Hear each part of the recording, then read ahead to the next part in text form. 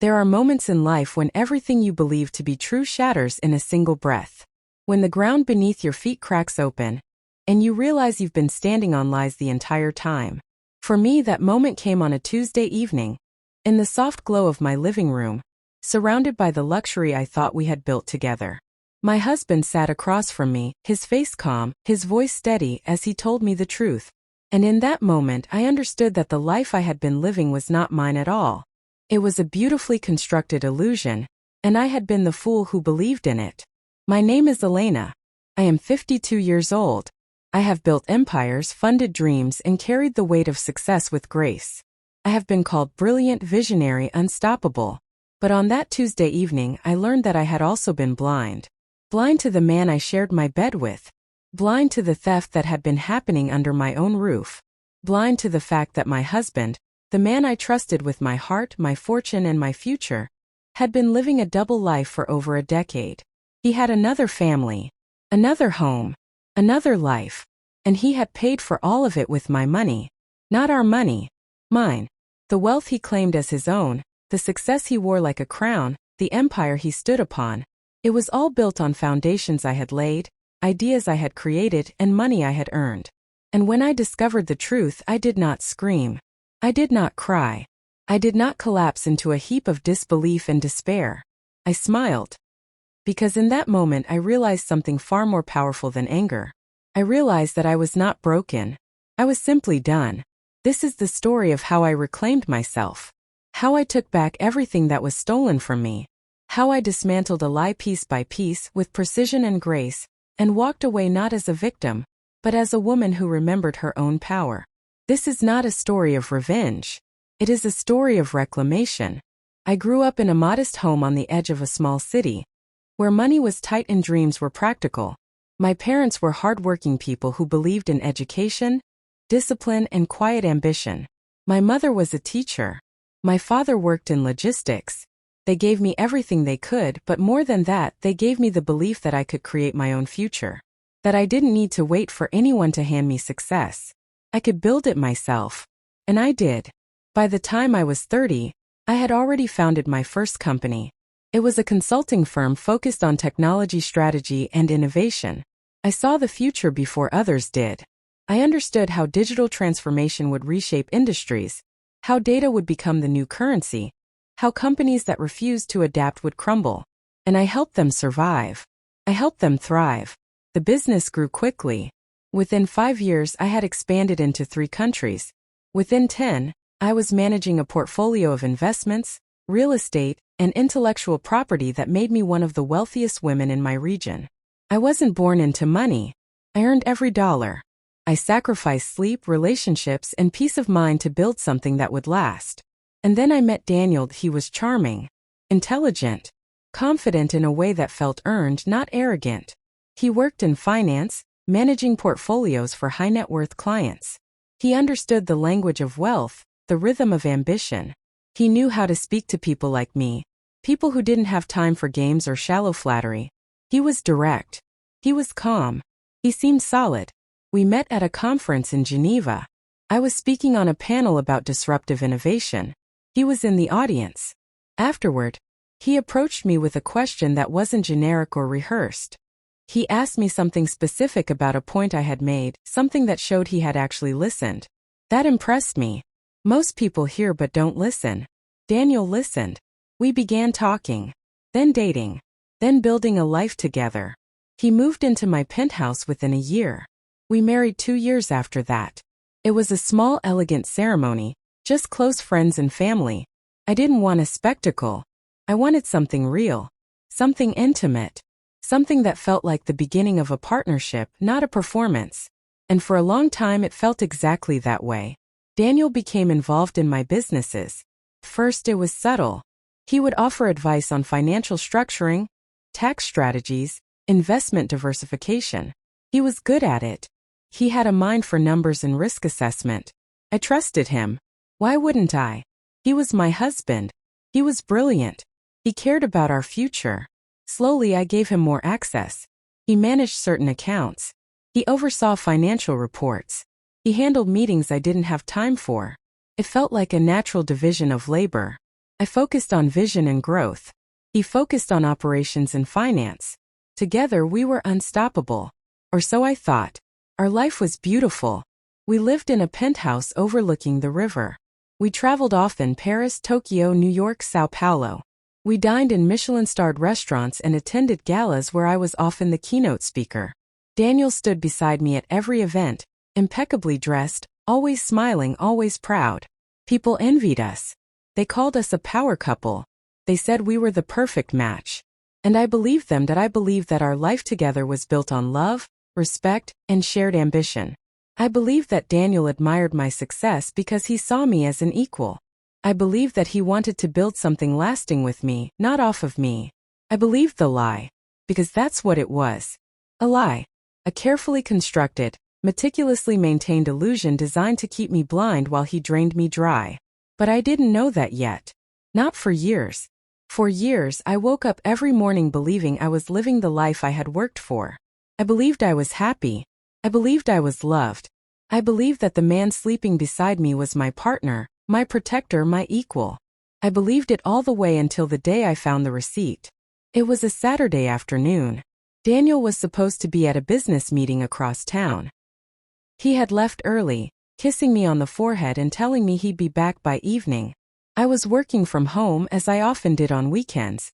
My office was a sanctuary. Floor-to-ceiling windows, shelves lined with books and awards, a desk made of reclaimed wood that had once been part of a ship. I was deep in a financial review when I realized I needed a document Daniel had been working on. He kept most of his files on his laptop, which he'd left behind in his study. I went to retrieve it. His study was neat, organized, everything in its place. I found the laptop on his desk still open. I didn't think twice about unlocking it. I knew his password. We had always been open with each other. Or so I thought. I opened the file I needed. But as I did, a notification popped up. An email. The subject line caught my eye. Confirmation. Wire transfer. $47,000. I stared at it. $47,000. Transferred where? For what?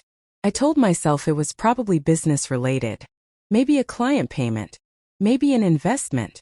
But something in my chest tightened. A small, quiet voice whispered, "Open it." So I did. The email was from our bank. It confirmed a wire transfer from one of our joint accounts to an account I didn't recognize. The recipient's name was unfamiliar. I clicked through to the attached statement. And that's when I saw it. Not just one transfer. Dozens. Hundreds.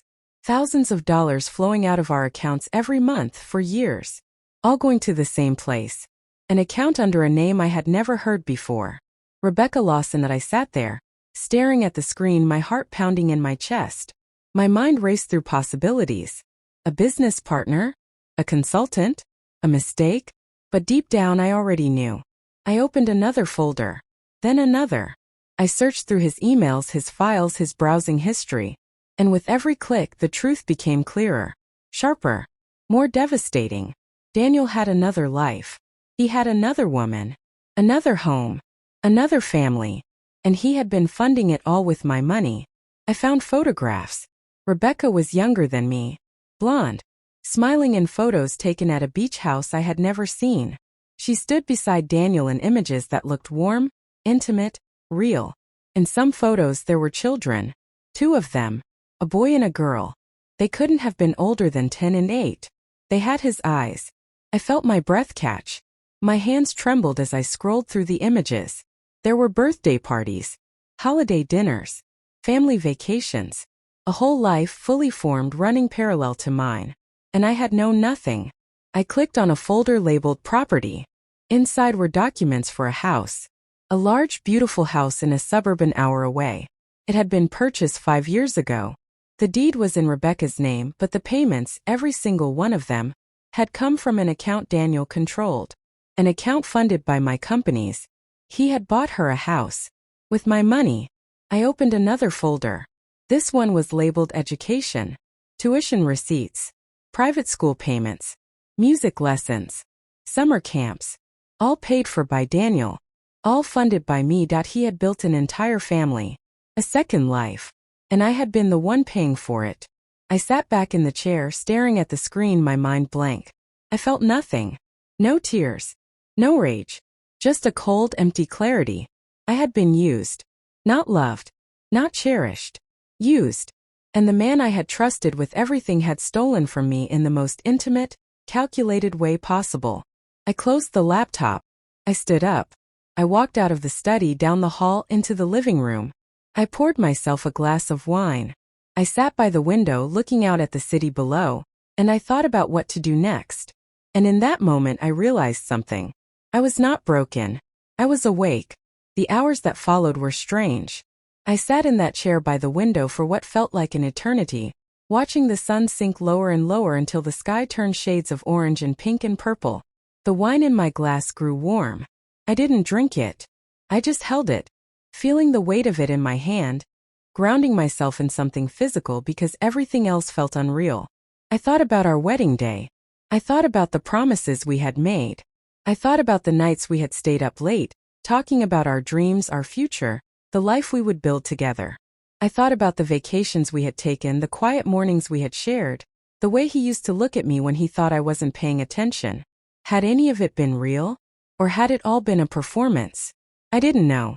And the not knowing was almost worse than the betrayal itself, because if none of it had been real, then who had I been living with all these years? Who had I been sharing my life with? Who had I been trusting with my heart, my body, my fortune? A stranger. A liar. A thief. I stood up slowly. My legs felt heavy, but my mind felt sharp, clearer than it had been in years. I walked back to Daniel's study. I sat down at his desk. I opened his laptop again. And I started digging. I spent the entire night going through his files. Every email. Every document. Every spreadsheet. Every transaction. I didn't stop. I didn't sleep. I didn't even feel tired. I was running on something else now. Something cold and focused and unstoppable. Adrenaline, maybe. Or rage. Or survival instinct. I found more than I ever wanted to find. Daniel hadn't just been funding a second family. He had been systematically stealing from my companies for years. He had created shell accounts under fake business names. He had falsified invoices. He had inflated expenses and pocketed the difference. He had rerouted payments meant for legitimate vendors into accounts he controlled. And it wasn't small amounts. It was millions. Over the course of a decade, he had siphoned off more than $8 million. $8 million. From my companies. From my work. From my life. I sat there, staring at the numbers on the screen, and I felt something crack inside me. Not my heart. That had already been broken. Something deeper. Something foundational. My trust. My belief that the world was fair. That people were honest. That love meant something. All of it cracked and fell away, leaving nothing but cold, hard clarity. Daniel had never loved me. He had seen me as an opportunity. A resource. A bank account with a heartbeat. And he had exploited me for everything I was worth. I kept digging. I found more emails. More documents. More proof. He had been selling my intellectual property. Patents I had filed. Algorithms I had developed. Strategies I had created. He had taken them, repackaged them under his own name, and sold them to clients I didn't even know existed. He had built his entire career on my work. The conferences he spoke at, the consulting contracts he signed, the accolades he received, the reputation he had cultivated as a brilliant financial strategist. It was all built on theft, on lies, on my genius. I found emails where he had pitched his ideas to clients, using language I recognized because I had written it. I found presentations he had delivered that were nearly identical to ones I had created years earlier. I found contracts signed under his name for services that were based entirely on methodologies I had developed. He had stolen my legacy, and he had done it so smoothly, so confidently that no one had ever questioned him. Not even me. By the time the sun rose, I had compiled everything. Every piece of evidence. Every transaction. Every lie. I saved it all to a secure drive. I backed it up in 3 different locations. I printed copies of the most damaging documents. And then I sat back and thought about what to do next. I could confront him. I could scream. I could cry. I could throw things and demand answers and beg him to explain how he could do this to me. But what would that accomplish? He would lie. He would make excuses. He would try to manipulate me, gaslight me, make me doubt what I had seen with my own eyes. Or worse, he would admit it. He would apologize. He would tell me he loved me, that he made mistakes, that he wanted to fix things. And part of me, some weak, foolish part of me, might believe him. No, I couldn't confront him. Not yet. I needed a plan. I needed to move strategically, carefully, ruthlessly. I needed to protect myself. And then I needed to take back everything he had stolen. I called in sick to work that Monday. I told my assistant I had a migraine and needed to rest. It wasn't entirely a lie. My head was pounding. My body felt heavy with exhaustion and shock. But I didn't rest. I spent the day making calls. The first call was to Margaret Chun, my lawyer. She specialized in high-net-worth divorces and financial fraud. I had worked with her before on business contracts. She knew me. She knew my work. She knew I didn't make decisions lightly. When I told her what I had discovered, there was a long silence on the other end of the line. Then she said, "How much evidence do you have?" "Everything," I said. "Bank statements, emails, property records, invoices, contracts, photographs, everything." Another pause.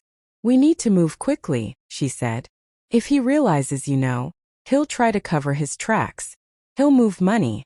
He'll delete files. He'll protect himself." "I know," I said. "Can you meet me today?" "Yes. Come to my office at 3. Bring everything you have. We'll start the paperwork immediately." I agreed. I hung up the phone. And for the first time since I had found that email, I felt something other than shock and emptiness. I felt power. My second call was to a private investigator.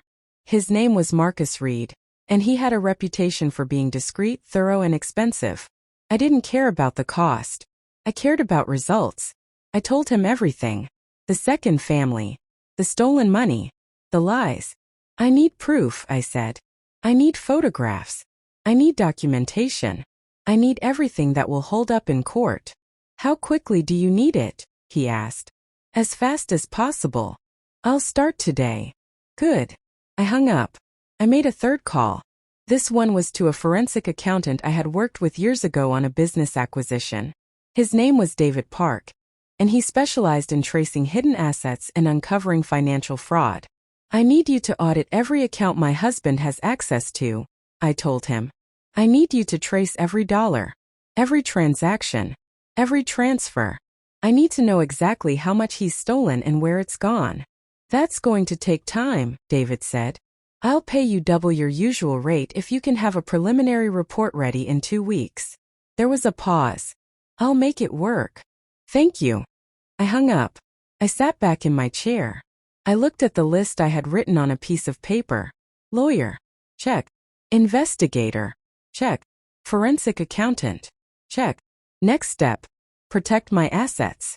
I spent the rest of the day going through every account Daniel had access to, every joint account, every business account where he had signatory authority, every investment portfolio he managed.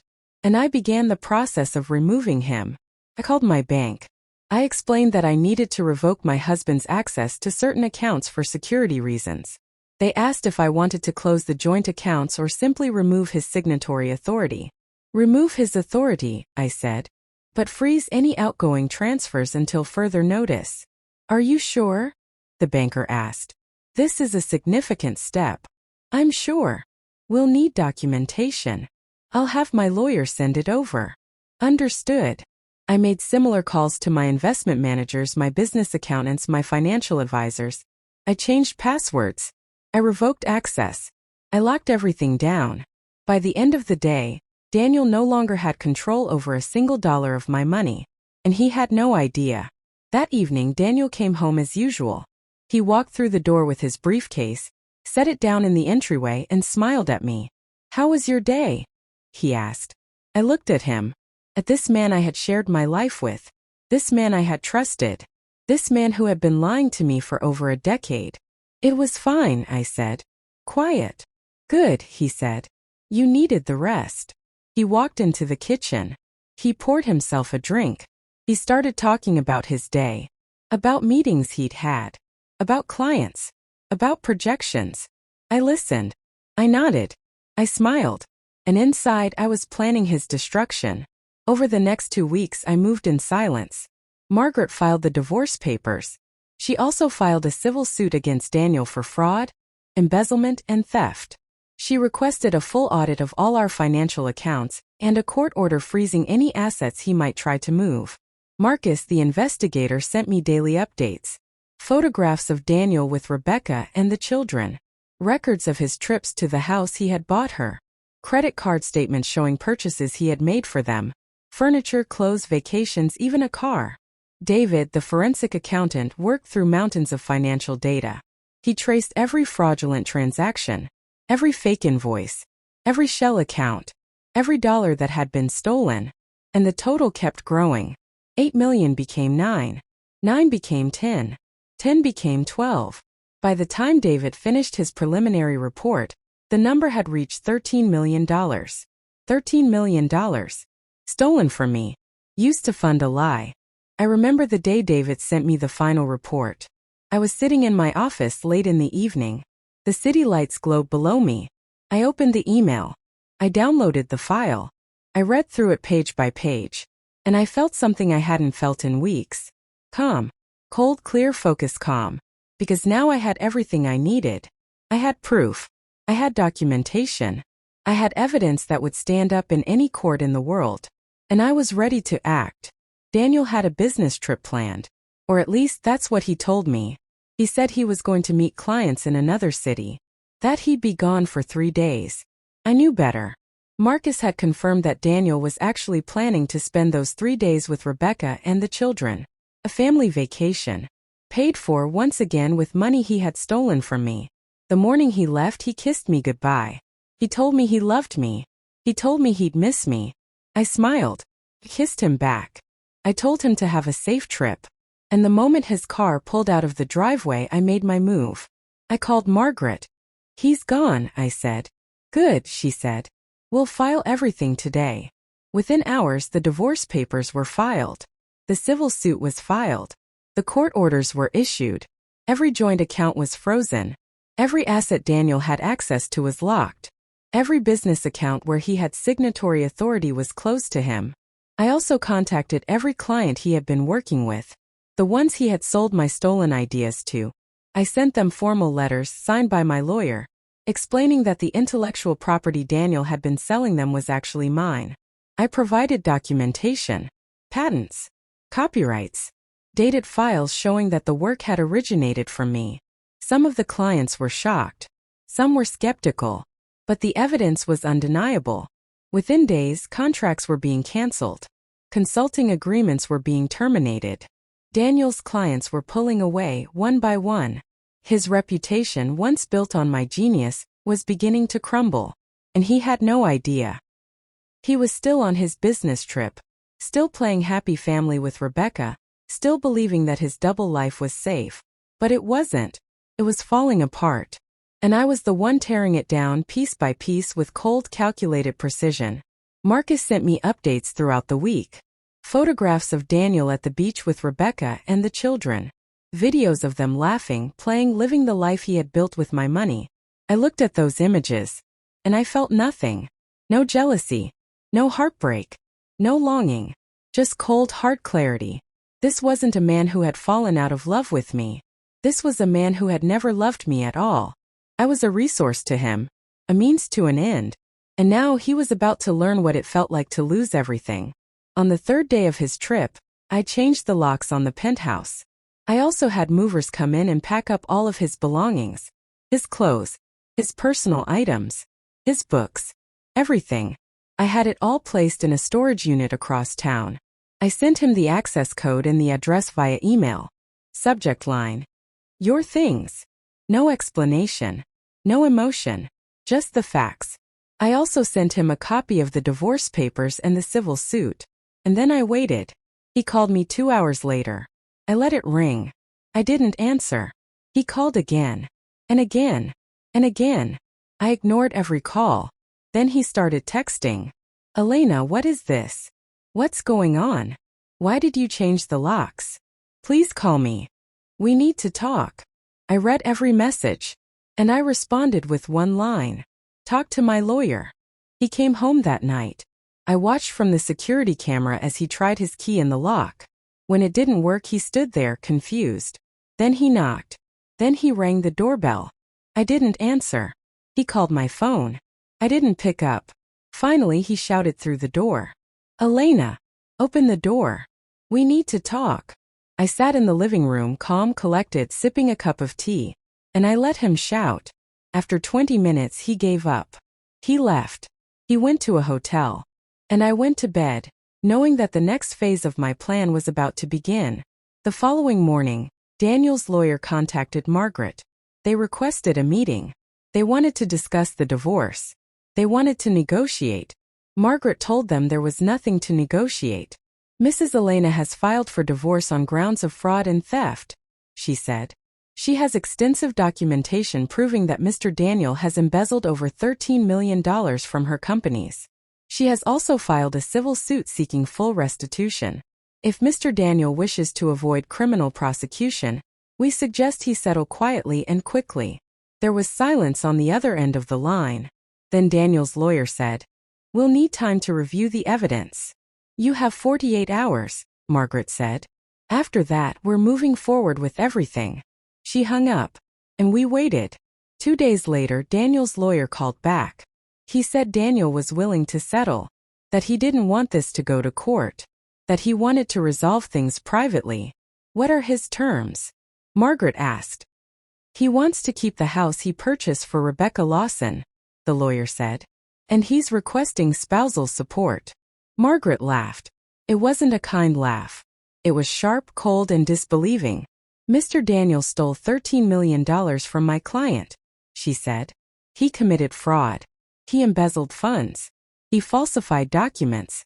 And now he wants spousal support. He's willing to return some of the money, the lawyer said. Some, Margaret repeated. He's going to return all of it, plus interest, plus damages. And he's not keeping the house. That property was purchased with stolen funds. It belongs to my client. That will leave him with nothing. That's not my concern. Ms. Chun. 48 hours, Margaret said. If Mr. Daniel doesn't agree to full restitution and a complete surrender of all assets acquired with my client's money, we're taking this to court. And we're pressing criminal charges. Your choice. She hung up. I sat across from her in her office, and I felt something I hadn't felt in weeks. Pride. Not in Daniel. Not in our marriage.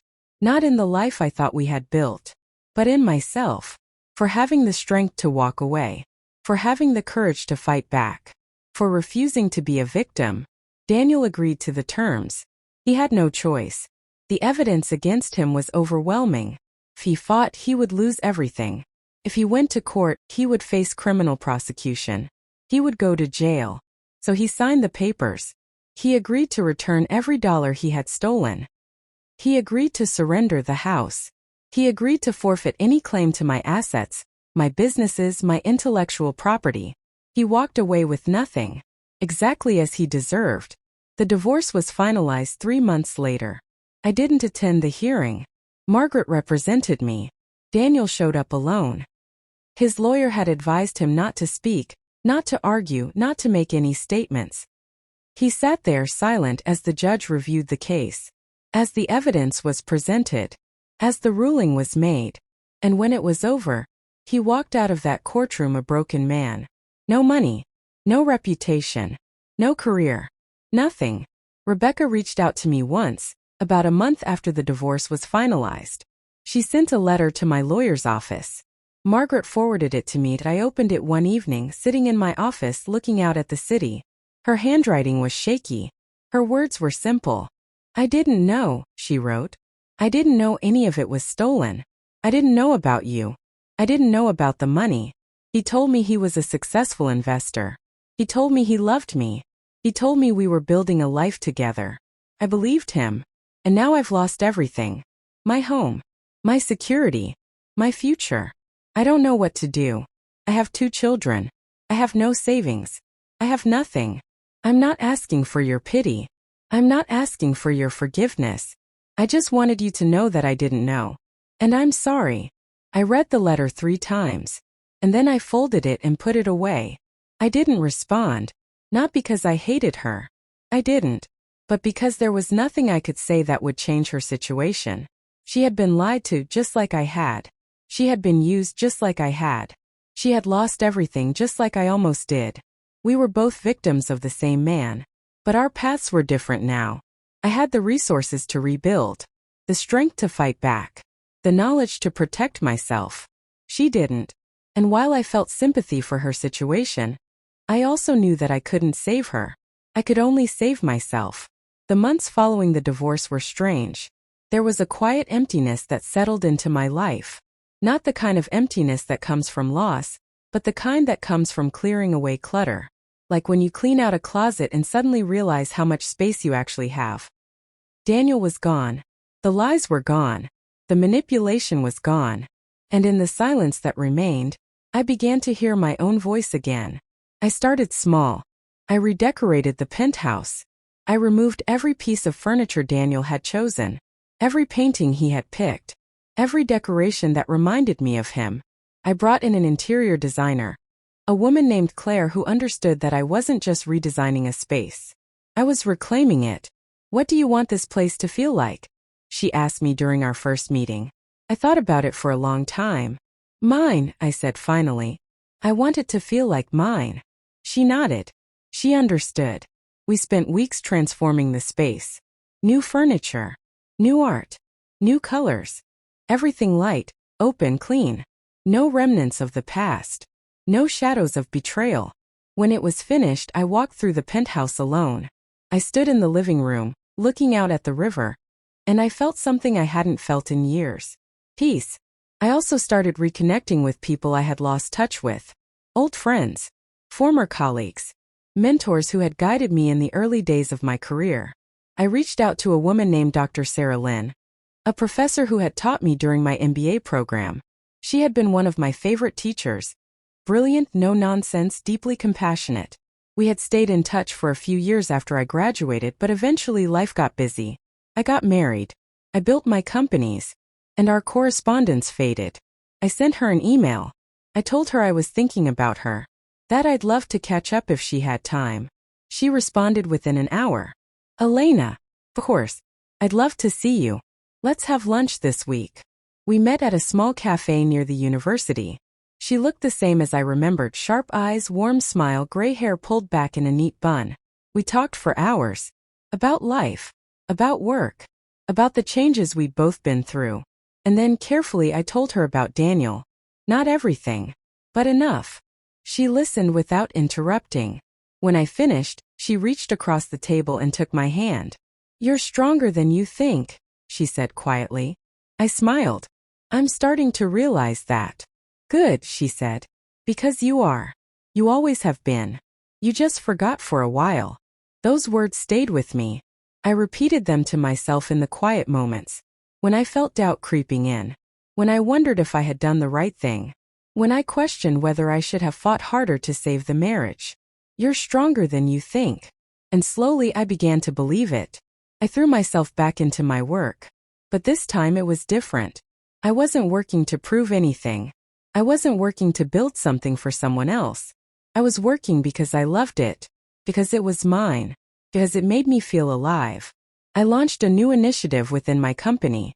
A mentorship program for women entrepreneurs. I wanted to help other women build their businesses, protect their assets, and avoid the mistakes I had made.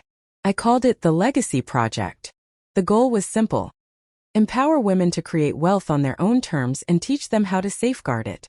We offered workshops on financial literacy, legal protections, intellectual property rights, contract negotiations. Everything I wished I had known when I first started giving Daniel access to my finances. The response was overwhelming. Within the first month, we had over 500 applicants. Women from all over the world. Women who wanted to learn. Women who wanted to build. Women who wanted to protect themselves. I read their applications. I read their stories. And I saw myself in so many of them. Women who had trusted the wrong people. Women who had been taken advantage of. women who had lost everything and were trying to rebuild. And I realized that my story wasn't just mine. It was theirs too. And I could help them. I started speaking at conferences again. But this time, I wasn't talking about technology strategy or business innovation.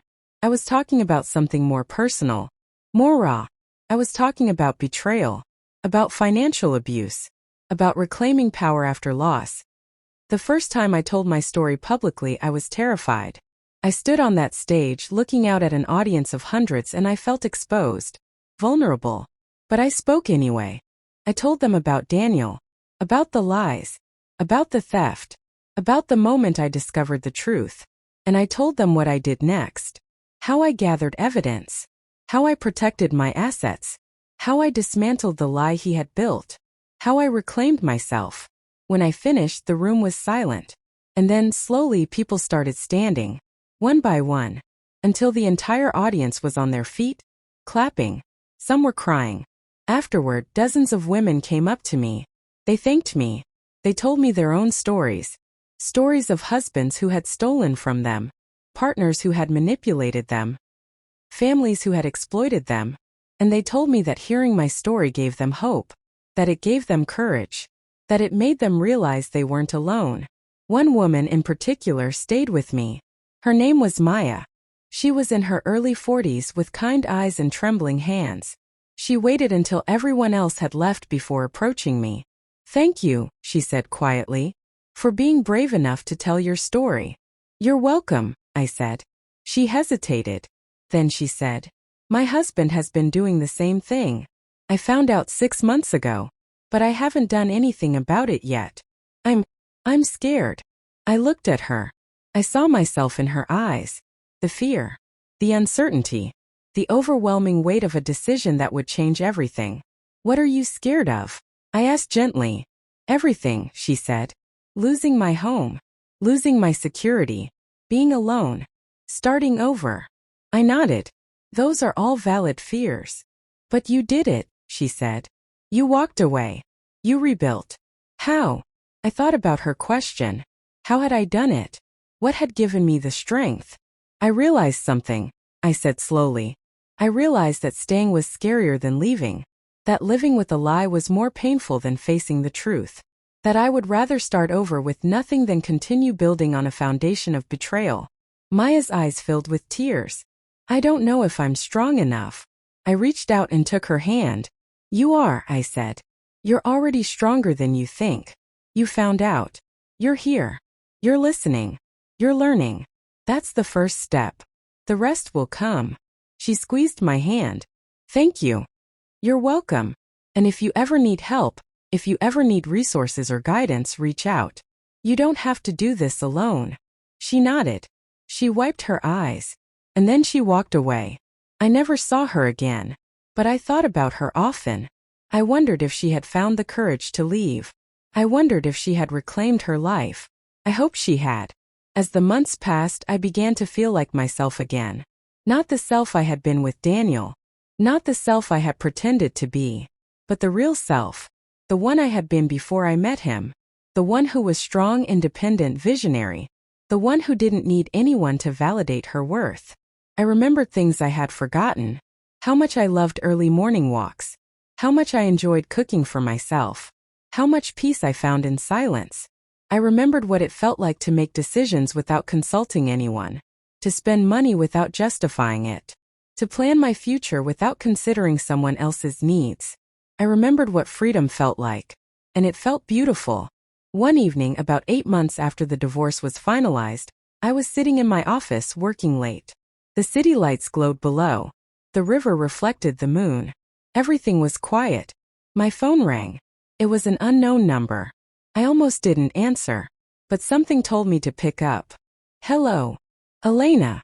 I recognized the voice immediately. It was Daniel. I hadn't heard from him in months. Not since the divorce. Not since he had signed away everything. "What do you want?" I asked calmly. There was a long pause.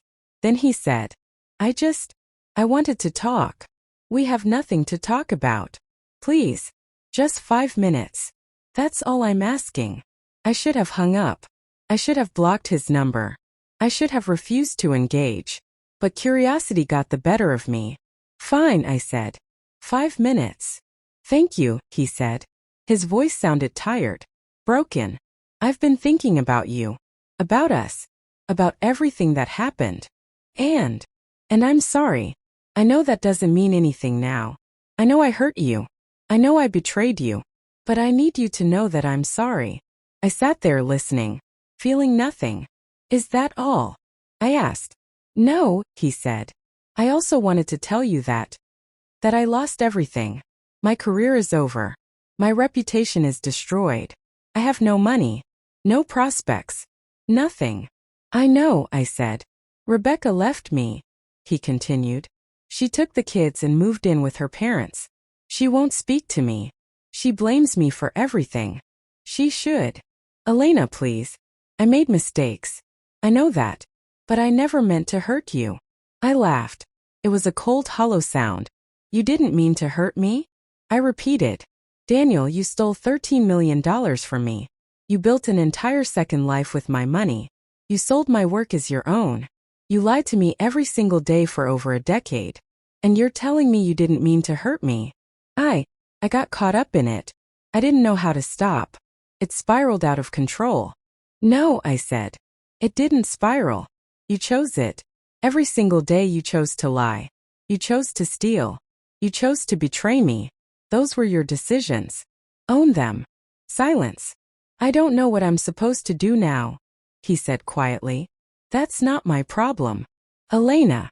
Your 5 minutes are up, I said. Don't call me again. And I hung up. I sat there for a moment, staring at the phone in my hand. And then I blocked his number. He was gone. Completely. Finally. And I felt nothing but relief. I realized something important in that moment. Daniel had been hoping for forgiveness. He had been hoping that I would soften, that I would feel sorry for him, that I would somehow help him rebuild. But I didn't know him any of that. I didn't know him forgiveness.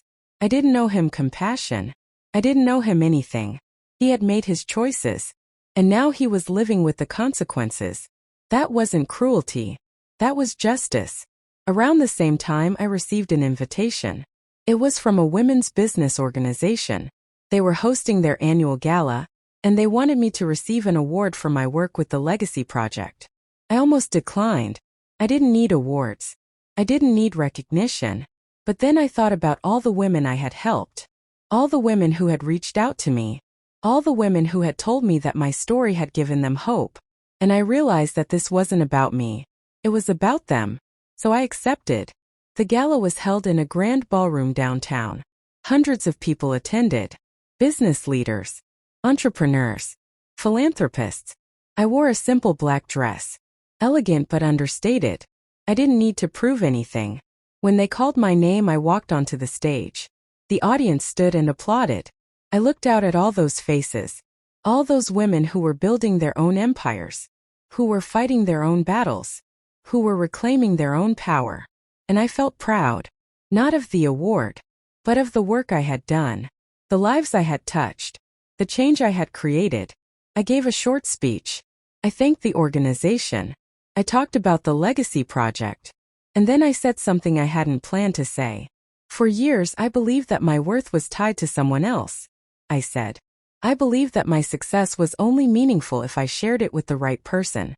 If I built it with the right partner. And when I discovered that the person I had chosen was a lie, I felt like everything I had built was a lie too. The room was silent. Everyone was listening. But I learned something, I continued. I learned that my worth was never tied to him. It was always mine. My success was always mine. My strength was always mine. And no one, no matter how much they took from me, no matter how much they betrayed me, could ever take that away. I paused. I looked out at the audience. At the women who were nodding. Who were wiping their eyes. Who understood. So if you're going through something similar, I said.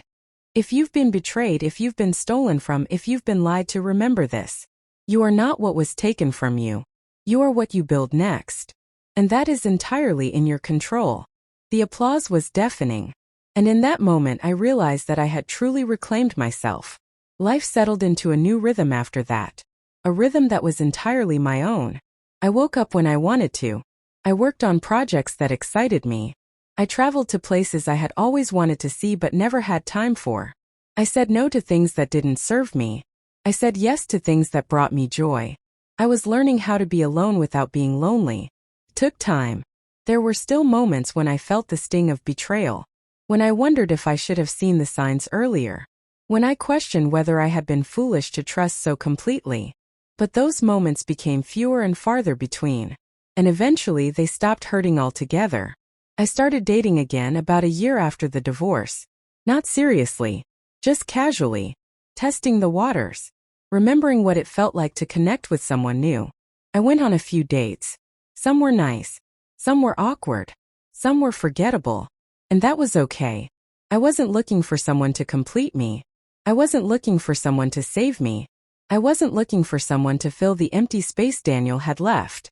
Because there was no empty space. I was whole. Complete, entirely sufficient on my own. If I met someone who added to my life, who respected my boundaries, who valued my independence, great. But if I didn't, that was fine too. I had learned that being alone was not the same as being incomplete. The Legacy Project continued to grow. We expanded into 12 countries. We helped thousands of women protect their businesses, their assets, their futures. I hired a team to run the day-to-day operations. I didn't need to control everything anymore. I trusted the people I had brought on. They were brilliant, passionate, dedicated. And I focused on the bigger picture. Strategy, vision, impact. I also started writing. I had always wanted to write a book, but I had never made time for it. Now I had all the time in the world. I wrote about my experience, about betrayal and recovery, about financial abuse and reclamation, about the quiet strength it takes to walk away from something that's destroying you. The book took me 18 months to complete. When it was finished, I sent it to a publisher. They accepted it immediately. It was published the following spring. The title was simple: Reclaimed. The book became a bestseller within weeks. It resonated with people, not just women who had been through similar experiences, but anyone who had ever felt used, betrayed, or diminished. I did a book tour. I spoke at universities, bookstores, conferences. I shared my story over and over. And each time I saw the same thing in the audience: recognition, understanding, hope. People saw themselves in my story. And they realized that if I could rebuild, so could they. One evening during a book signing in Chicago, a woman approached me. She was older, maybe in her 60s, with silver hair and wise eyes. She handed me her book to sign. And then she said, "Thank you for writing this. My daughter went through something similar. She lost everything to a man who manipulated her. She's been trying to rebuild for 3 years. I gave her your book. And for the first time in a long time, I saw hope in her eyes. I felt tears prick my eyes. I'm glad it helped." "It did more than help," the woman said. "It saved her. She thought she was alone. She thought she was the only one who had been so foolish. Your book showed her that she wasn't, that she was strong, that she could rebuild." I swallowed hard. "Thank you for telling me that." "No," the woman said. "Thank you for being brave enough to share your story, for giving women like my daughter a roadmap, for showing them that they can survive." I signed her book. I wrote, "To your daughter, you are stronger than you know. Keep building." The woman smiled. She hugged me, and then she left. I sat there for a long time after that, thinking about her words, about her daughter, about all the women out there who were fighting similar battles. And I realized that my pain had purpose, that my experience, as devastating as it had been, had given me the ability to help others, to guide them, to show them that survival was possible. And that made everything worth it. 2 years after the divorce, I received an unexpected email. It was from Rebecca. I stared at the subject line for a long time before opening it. From Rebecca Lawson. An apology and a thank you. I almost deleted it. But curiosity won again. I opened it. "Dear Elena," it began. "I hope this email finds you well. I know you probably don't want to hear from me. I know I'm the last person you want in your life. But I wanted to reach out anyway. Because there are things I need to say." I kept reading. "First, I want to apologize. I know I said this before, but I need to say it again. I didn't know about you. I didn't know about the money. I didn't know about the lies. But that doesn't excuse my part in what happened. I was there. I benefited from the life Daniel built, even if I didn't know it was built on theft. And for that, I am truly sorry. I paused. I took a breath. I kept reading. Second, I want to thank you. I know that sounds strange, but your book, it changed my life. A friend gave it to me a few months ago. I almost didn't read it. I was angry at you for taking away the house, for destroying the life I thought I had. But I read it anyway, and I realized something. You didn't destroy my life. Daniel did. He lied to both of us. He used both of us. And you were the one who had the courage to fight back. Tears blurred my vision. I wiped them away and kept reading. Your book taught me that I don't have to be a victim, that I can rebuild, that I can protect myself and my children. So I went back to school. I got a degree in accounting. I got a job. I'm building a life for myself and my kids. A real life. An honest life. A life that's mine. I smiled through my tears. I know we'll never be friends, Rebecca continued. I know there's too much pain between us. But I wanted you to know that you helped me. That your strength gave me strength. That your story showed me a path forward. So thank you. For fighting back. For reclaiming yourself. For showing women like me that we can do the same. The email ended there. No request for forgiveness. No plea for reconciliation. Just honesty. And gratitude. I closed my laptop. I sat back in my chair. And I felt something unexpected. Closure. Not because Rebecca had apologized, but because she had found her own strength, her own path, her own way forward. She was no longer a victim. She was a survivor. Just like me. I thought about responding, about writing back, about telling her I was proud of her. But in the end I decided not to. Because she didn't need my validation. She didn't need my approval. She had found her own power. And that was enough. Life continued. The legacy project grew. My companies thrived. I traveled. I wrote. I spoke. I mentored. I built. And I was happy. Not the kind of happiness that depends on someone else. Not the kind of happiness that comes from external validation. But the deep, quiet, unshakable happiness that comes from knowing exactly who you are and refusing to compromise that for anyone. I had reclaimed myself. Completely. Fully. Irrevocably. And no one could ever take that from me again. Today I stand in my office, the same office I built years ago, before Daniel, before the betrayal, before the fall. The view is the same. The river still flows below. The city still hums with life. But I am different. I am not the woman who trusted blindly. I am not the woman who gave access without protection. I am not the woman who believed that love meant surrender. I am the woman who learned, who fought back, who reclaimed herself. And I am stronger now than I have ever been. Sometimes late at night I think about Daniel. I wonder where he is, what he's doing, whether he ever found redemption. But those thoughts don't hurt anymore. They're just thoughts. Passing clouds in a clear sky. He's not part of my life anymore. He's not part of my future. He's barely even part of my past. He's just a lesson I learned. A chapter 1 closed. A mistake I won't repeat. I think about the woman I was before I met him. The girl who grew up with big dreams and quiet determination. The young entrepreneur who believed she could build something that mattered. She was right. She did build something that mattered. And even when someone tried to steal it, even when someone tried to tear it down, even when everything seemed lost, she rebuilt. I rebuilt. And I will never stop building. People ask me if I regret it. If I regret marrying Daniel. If I regret trusting him. If I regret the years I lost. And I tell them the truth. No. Because those years taught me something more valuable than money or success or reputation. They taught me who I am. They taught me what I'm capable of. They taught me that I am not defined by what is taken from me. I am defined by what I take back. I've learned to recognize the red flags now. The subtle signs of manipulation. The slow erosion of boundaries. The quiet theft of autonomy. I've learned to protect myself. Not with walls but with wisdom. Not with isolation but with discernment. I've learned that trust is earned, not given. That access is a privilege, not a right. That my success is mine to share, but never to surrender. And I've learned that walking away is not weakness. It's strength. It's the ultimate act of self-preservation, self-respect, self-love. The Legacy Project continues to thrive. We've helped over 50,000 women protect their businesses, their assets, their futures. We've provided legal aid to those who couldn't afford it. We've created resources for those who didn't know where to start. We've built a community for those who felt alone. And every day, I receive messages from women who tell me that we changed their lives, that we gave them hope, that we showed them they could survive. Those messages are why I do this work.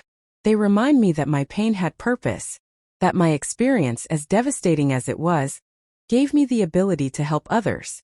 And that makes everything worth it. I've also learned to find joy in the small things, the quiet moments, the simple pleasures. I take morning walks along the river. I cook elaborate meals just for myself. I read books that have nothing to do with business or strategy. I listen to music. I watch the sunset. I sit in silence and just be. I've learned that happiness doesn't come from achievement. It comes from presence. From being fully, completely, unapologetically yourself. And I am finally, truly, deeply myself. Sometimes I think about what I would say to the woman I was 5 years ago. The woman who was about to discover the truth. The woman whose world was about to shatter. I would tell her, it's going to be okay. It's going to hurt. It's going to feel impossible. But you're going to survive. You're going to rebuild. You're going to become someone you never imagined you could be. Someone stronger. Someone wiser. Someone free. I would tell her, don't be afraid. Don't doubt yourself. Don't think for a second that you're not capable of doing this. You are.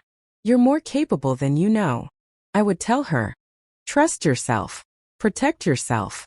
Fight for yourself. Because you're worth fighting for. And I would tell her, this is not the end. This is the beginning. I think about Rebecca sometimes. I wonder if she's okay. If she and her children are safe. If she's building the life she deserves. I hope she is. Because she deserves it. She deserves peace. She deserves security. She deserves happiness. We both do. We were both victims of the same man. But we're not victims anymore. We're survivors. Warriors. Women who refuse to stay down. And that's something to be proud of. I think about all the women out there who are going through what I went through. Who are discovering lies. Who are facing betrayal. Who are wondering if they'll survive. And I want them to know you will. You will survive. You will rebuild. You will reclaim yourself. It won't be easy. It won't be quick. It won't be painless. But it will be worth it. Because on the other side of that pain is freedom. On the other side of that betrayal is clarity. On the other side of that loss is power. Your power. The power you've always had but forgot. The power that was buried under years of manipulation and lies. The power that's been waiting for you to remember it. And when you do, when you finally remember who you are and what you're capable of, nothing will ever hold you back again. I stand at the window now, looking out at the city I've helped build. At the companies I've created. At the life I've reclaimed. And I feel grateful. Not for the betrayal. But for what came after. For the strength I discovered. For the wisdom I gained. For the woman I became. I am not the same person I was 5 years ago. I am not the same person I was 10 years ago. I am not the same person I was when I said, I do to a man who never deserved me. I am better. Stronger. Freer. I am whole. Complete. Entirely sufficient on my own. And if I ever choose to share my life with someone again, it will be on my terms. With my boundaries. With my power intact. Because I will never again give anyone the ability to destroy me. The sun is setting now. The sky is painted in shades of orange and pink and purple. The river below reflects the colors, making everything look like a watercolor painting. I pour myself a glass of wine. I sit by the window. I watch the city come alive with lights. And I smile. Not because I won. Not because I got revenge. Not because I destroyed the man who tried to destroy me. But because I remembered. I remembered who I am. I remembered what I'm capable of. I remembered that I am not defined by what is taken from me, but by what I choose to build. And I choose to build a life of freedom, of joy, of purpose. I choose to build a legacy that is entirely, unshakably mine. If you are reading this, if you are listening to this and you see yourself in my story, if you have been betrayed, if you have been stolen from, if you have been used, I want you to know something. You are not broken. You are not weak. You are not defeated. You are simply learning. Learning who you are. Learning what you're capable of. Learning that you are more powerful than anyone who ever tried to take from you. And when you stand up, when you reclaim yourself, when you walk away with your head held high, you will realize that you were never the victim. You were always the survivor. You were always the warrior. You were always the one with the power. You just forgot for a while. But now you remember. And now nothing can stop you. I close my eyes. I take a deep breath. I feel the peace settle into my bones. This is my life. My choice. My power. And no one will ever take it from me again. I open my eyes. I stand up. I walk to my desk. I have work to do. Plans to make. Dreams to build. Because I am not finished. I am just beginning. And the woman I am becoming is someone I am proud to be. The night deepens. The city glows. The river flows. And I am here. Present. Whole. I am Elena. I am a woman who was stolen from. And I am a woman who took everything back. Not with rage. Not with violence. Not with destruction. But with clarity. With precision. With quiet, unstoppable strength.